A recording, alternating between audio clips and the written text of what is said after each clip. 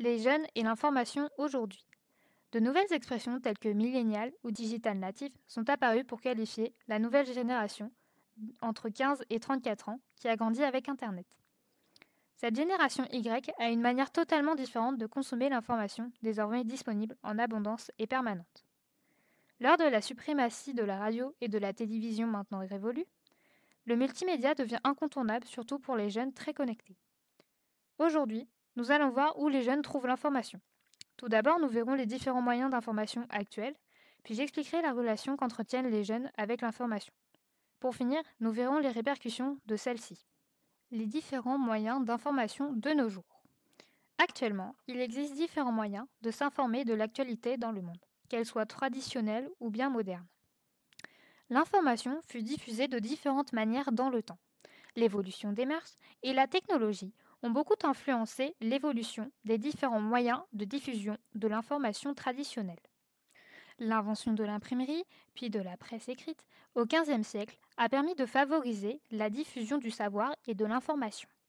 Avec la Révolution française, apparaissent les lois de la liberté d'opinion et de la liberté d'expression qui ont permis l'expansion des journaux comme Centre Presse et la Nouvelle République actuellement. Durant le XXe siècle, la radio et la télévision sont devenus des médias de masse. Grâce aux progrès techniques, ces médias de masse ont détenu une hégémonie au cours du XXe siècle. En 1920, la radio est devenue un outil d'information et de divertissement qui accompagne la vie quotidienne de la population. Pendant la Seconde Guerre mondiale et la guerre froide, elle est devenue un moyen de propagande pour les États, comme en Angleterre où le rôle de la BBC fut décisif. La radio détient une suprématie qui fait peur aux politiciens, ceux-ci hésitant entre censure ou utilisation intelligente de ce média. Aujourd'hui, elle se décline dans différents domaines comme Fun Radio ou France Inter. En 1926, la première retransmission publique de la télévision en direct eut lieu en Écosse. La télévision est devenue un moyen de diffusion de l'information en lien avec le développement de la société de consommation. Celle-ci dispose maintenant de plusieurs chaînes comme TF1 ou W9.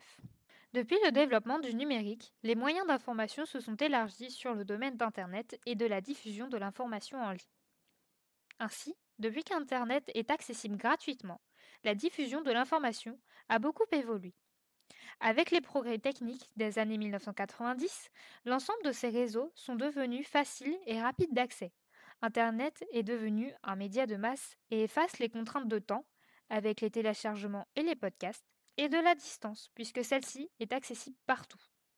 Les sites dédiés aux informations comme Mediapart, ainsi que les blogs plus ou moins sérieux, sont des moyens de diffusion de l'information moderne.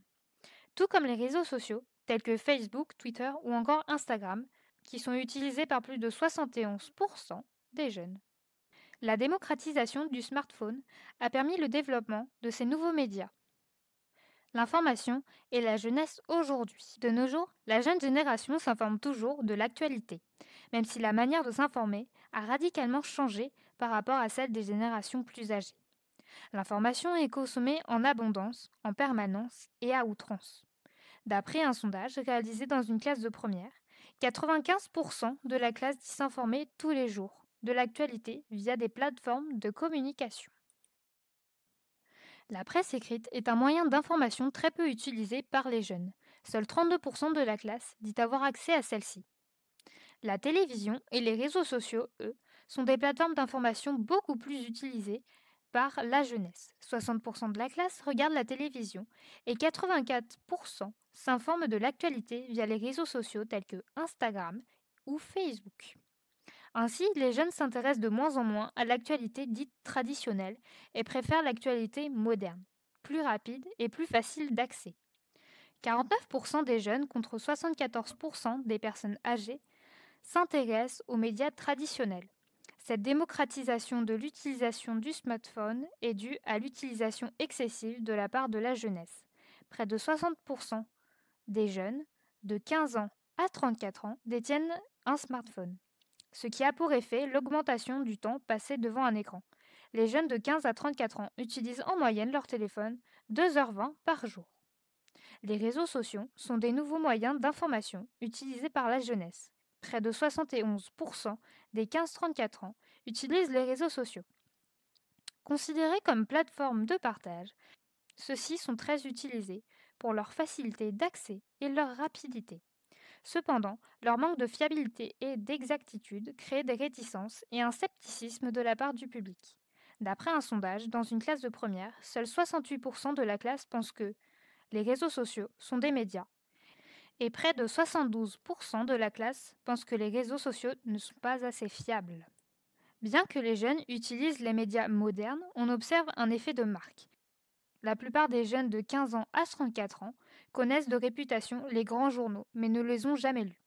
Auprès des jeunes, Le Monde, grand journal, est réputé comme fiable, mais seulement la plupart des jeunes ne l'ont jamais lu. Les répercussions aujourd'hui. Cette utilisation abondante, permanente et à outrance des réseaux sociaux et de l'information a des répercussions sur la manière de traiter l'actualité. De nos jours, les internautes sont confrontés à une surabondance de l'information sur Internet. Cette surabondance, suffisante selon les plus jeunes, fait perdre l'attractivité des médias traditionnels. Pour concurrencer le marché actuel, ceux-ci doivent donc s'adapter. Ainsi, de nombreux journaux sont maintenant numérisés et accessibles en ligne comme Le Monde. Les journaux TV et les radios sont disponibles en téléchargement et en streaming sur les sites Internet. Les réseaux sociaux, blogs et forums sont alimentés par une nouvelle forme de journalisme qui poste des informations pas toujours vérifiées et avec parfois des sources non fiables. Ainsi, de nombreuses fake news circulent sur les réseaux comme la mort de la reine d'Angleterre Élisabeth II ou la vente de l'Alsace-Lorraine à l'Allemagne. D'après une étude au cours des 6 derniers mois, une personne sur 3, âgée entre 10 et 18 ans, aurait déjà relayé une fausse nouvelle. Cette abondance de fausses informations crée un scepticisme chez le public. Afin d'éduquer cette jeune génération aux fake news et à l'abondance d'informations sur Internet, un programme d'éducation a été mis en place par le gouvernement français en 2015, appelé Parcours citoyen. Celui-ci regroupe dans son programme l'EMI, l'éducation aux médias et à l'information, qui a pour but de réaliser des projets en lien avec l'information, tels que la réalisation d'un journal ou d'une émission de radio.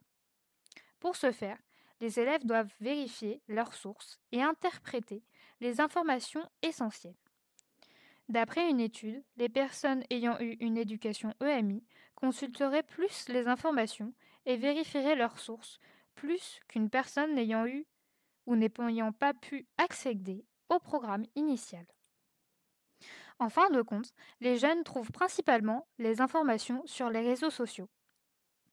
Avec la baisse d'audience de moyens de diffusion traditionnels tels que la radio ou la télévision, le multimédia se développe grâce aux progrès techniques d'Internet. Cependant, l'information abondante, permanente et utilisée à outrance a des répercussions sur la manière de traiter l'actualité. Les fake news et le scepticisme contribuent à la perte d'informations.